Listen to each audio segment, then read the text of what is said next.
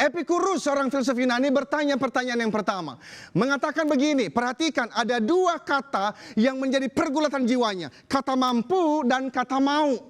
Perhatikan kata mau dan kata mampu. Apapun agama keyakinan Anda, saya tanya, apakah Anda percaya dan yakin bahwa Tuhan itu mampu sekaligus mau? Ini pertanyaan Epikurus untuk Anda dan saya. Apakah Tuhan mau mencegah kejahatan dan penderitaan, tetapi Tuhan tidak mampu? Bila demikian, maka itu berarti Tuhan tidak maha kuasa. Yang kedua, Epikurus bertanya, Tuhan mampu tapi tidak mau.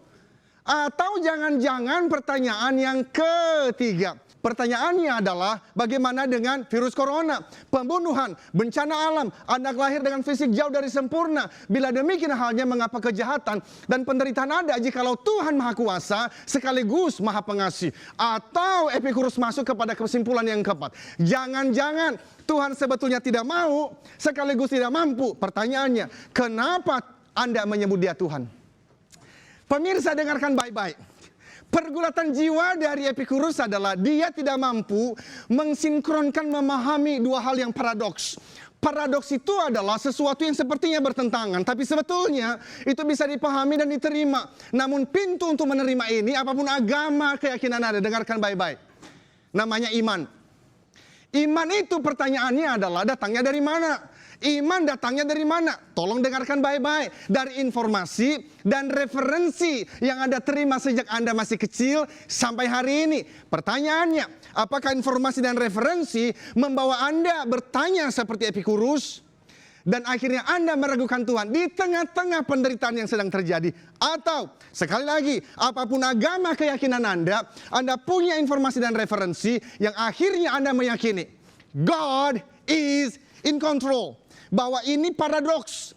Dan pintu menuju yang paradoks ini adalah iman. Nah, pertanyaannya bagaimana menjelaskannya? Ini membutuhkan waktu yang lama. Dan kita bisa lanjutkan minggu depan. Tetapi yang saya harapkan adalah sesi yang cuma 5 menit ini menolong Anda, merangsang Anda, mendorong Anda untuk apa? Cari informasi dan referensi yang membuat Anda di tengah penderitaan yang sedang dihadapi bisa menolong Anda untuk bisa tetap bertahan. Dan kita berbicara mengenai ekonomi yang semakin menantang ini, ya kita harus berpikir lebih baik. Kita harus lebih kreatif lagi supaya potensi terbaik bisa keluar. Tidak boleh menyalahkan satu dengan yang lain. Kita lakukan bagian kita dengan baik. Namun ingat baik-baik, di tengah semua hal yang bisa kita lakukan, apapun agama keyakinan Anda, God is in control. Itu harus dipahami, dan harapan saya setelah Anda mendengarkan semua ini, Anda mau search di Google, Anda bertanya kepada orang-orang untuk betul-betul bisa memahami apa kehendak Tuhan di tengah penderitaan. Atau Anda bisa menjawab kepada anak-anak yang bertanya, mengapa Tuhan yang baik sekaligus maha kuasa mengizinkan penderitaan terjadi? Pertanyaan ini penting dan kita harus bisa menjawabnya agar kita tidak berakhir seperti Epikurus. Karena itu minggu depan kita akan lanjutkan dengan pemahaman yang lebih mendalam. Until then, keep the smile, be the 10Xers!